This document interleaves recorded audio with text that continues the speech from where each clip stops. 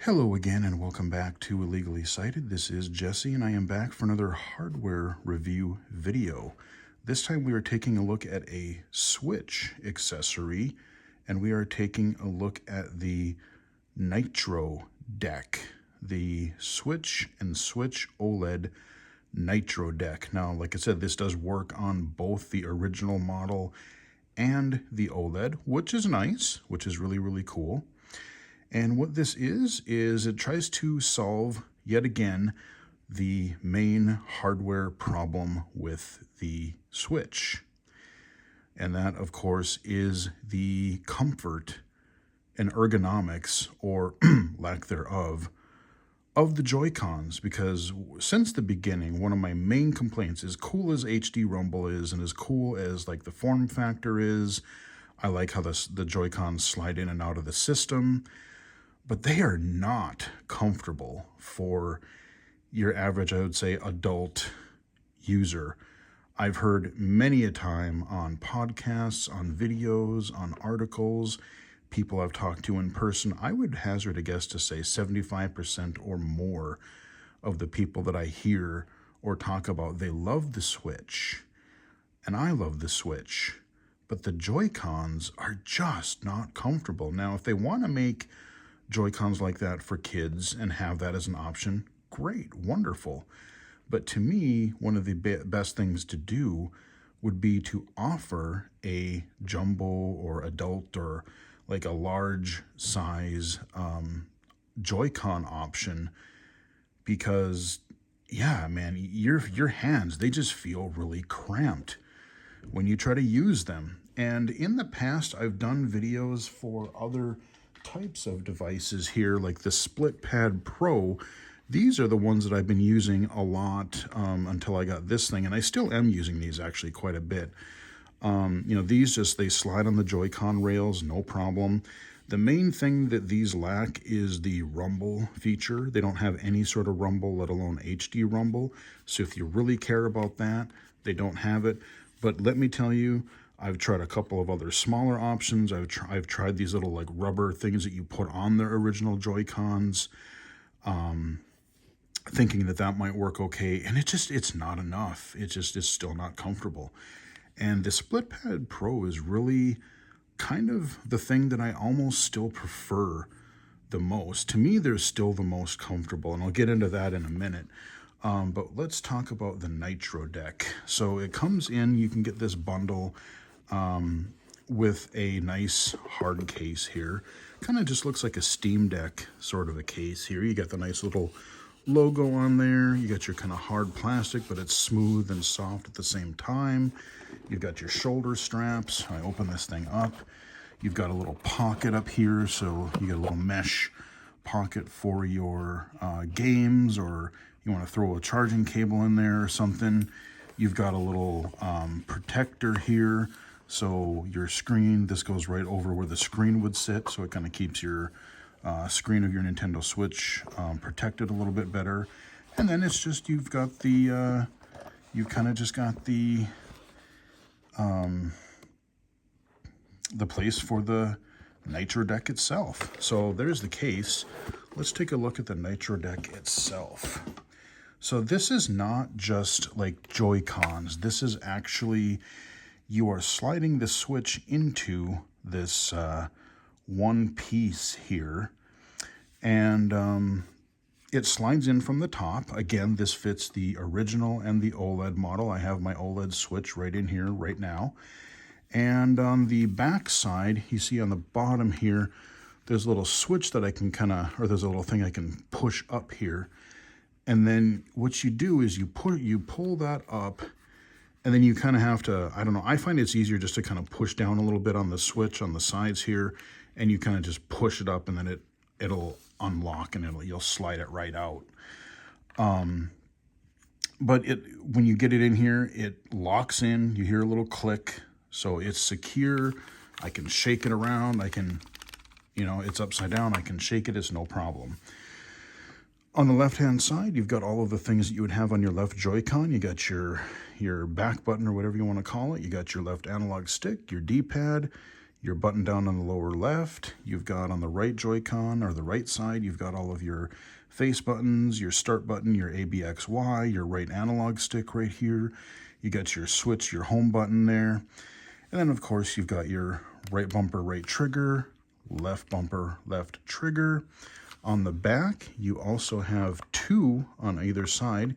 You have two back buttons on either side, so 4 total, and those can be remapped so you can, so you can go ahead and remap or add custom controls to your game. So that's a nice touch. A lot more controllers are starting to include those types of features. And then on the, let's see. Okay, yeah. So, like I said, all of your other stuff, your power button, your volume buttons, those are just on the Switch. They're all still at the top. You've got your cartridge slot up here. So all this stuff is still free. You just have this shell around it. And what I will say is the grips along the back, they're kind of got this rough texture here, and then it goes smooth in the middle, and then the top part is rather smooth. But it actually, like I said, the overall, this thing is super comfortable. And the other thing this does have is it does support rumble. So if you really care about having rumble support, it does do that. Now, the one complaint, or the one thing that I don't really like about this is I love the way it feels overall, except, again, if I go back to those Split Pad Pro controllers, and your Xbox, your PlayStation, your even, a lot of these devices, you have these little like handles that that shoot down a little bit, and that's so it's meant so that you can feel it comfortably. I can use the controls at the top of the controller, but I can also more easily handle the controller and use the analog stick, which is a little bit lower, or use other buttons, those types of things. So I like that, but the problem with the Nitro deck is, especially on the right side, I find that, especially if I'm trying to do like a game that really heavily uses the right analog stick, let's say a retro first-person shooter, because I've got a lot of those on my Switch, it's so low that I feel like I have to kind of really bend my thumb in to be able to use it.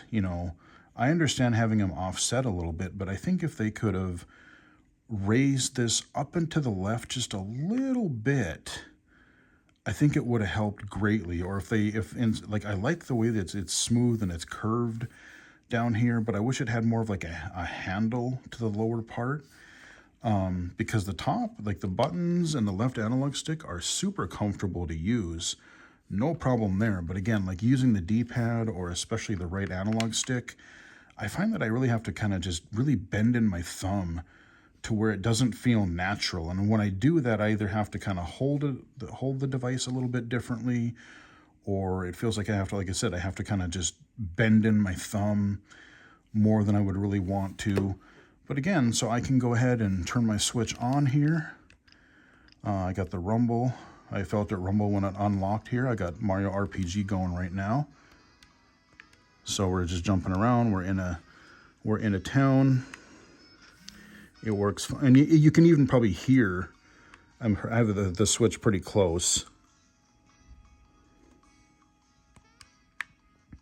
Let's see if I can get it to rumble again. You can kind of hear the motors. Oh, let's see. Let's go in here. Okay, yeah, so you get some rumble there. Where are all my shopkeepers gone? So I just triggered an event here. And all my shopkeepers appear to be gone, unfortunately. Now, the other thing that I will say, what they do tell you right out of the box, is they tell you have to go in your Switch settings. And forgive me, I forget the exact setting that you have to change. It's written on the little card that you get with it. But you go under, basically, like under your controls, and you have to... There's something like that you use, so if you're using a Pro controller or something, you're doing something wirelessly, you have to turn that wireless to wired. You have to switch that to wired mode. Because if you just try to slap your Switch or switch OLED into that, it just doesn't work. So you have to you have to basically turn that setting to wired, and then you can slide it into the Nitro deck here, and then it works fine. But I mean, otherwise, there's not really a lot else to say about it. You know, it works with whatever switch you have. The controls are very responsive. They're very comfortable. I've played a few different games with this. I've played some of the Turtles games. I've played some old Nintendo, Super Nintendo, Game Boy.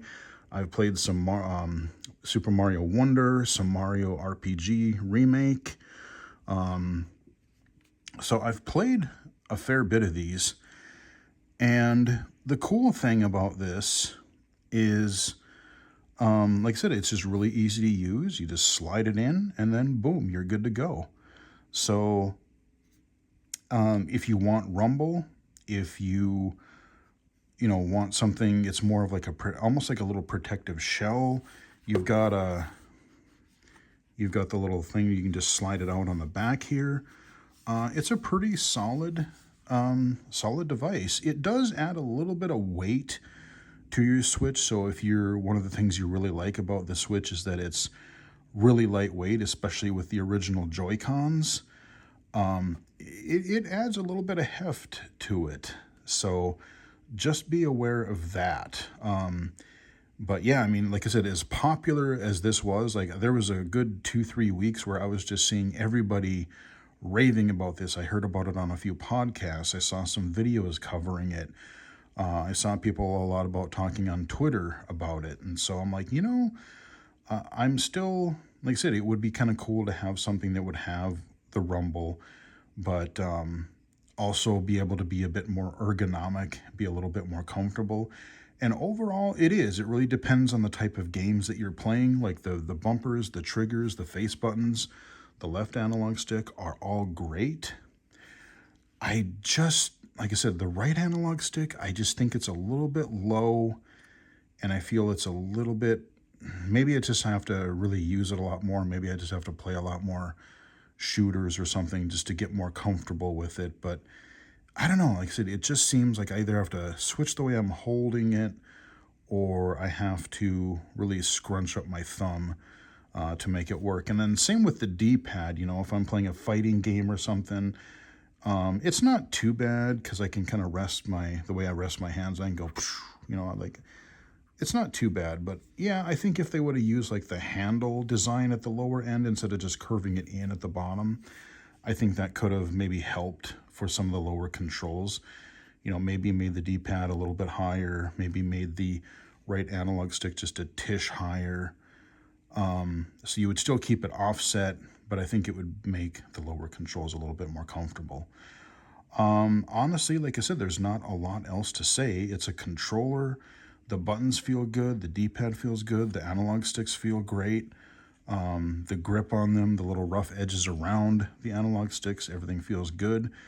And it just works. You get the case with it. You get the Nitro deck. And like I said, I will, let me see if I can,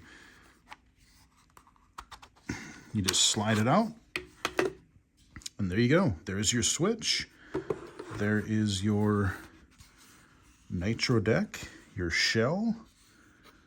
And that's what it is.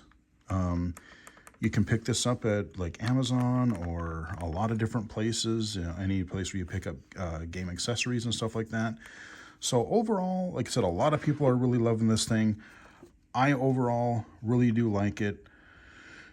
I am still using the split pad a lot more because I think the other thing is like if I want to slip the Nintendo Switch in my dock, then I can still leave the split pad Pro on my Nintendo Switch and just shove it right in the dock. Whereas this thing, if I actually want to put it in my dock, I have to slide it. I have to slide it out, and then put it in the dock. So it all depends on how you prefer to play it. If you prefer to play mostly in docked or handheld mode, but that is the Switch Nitro deck. Hope you guys enjoyed the video. Give it a like if you did. Follow me on Twitter at BGFH79, twitch.tv/illegally cited, illegally cited.com. and right here on YouTube. Until next time, I will chat with everybody again later.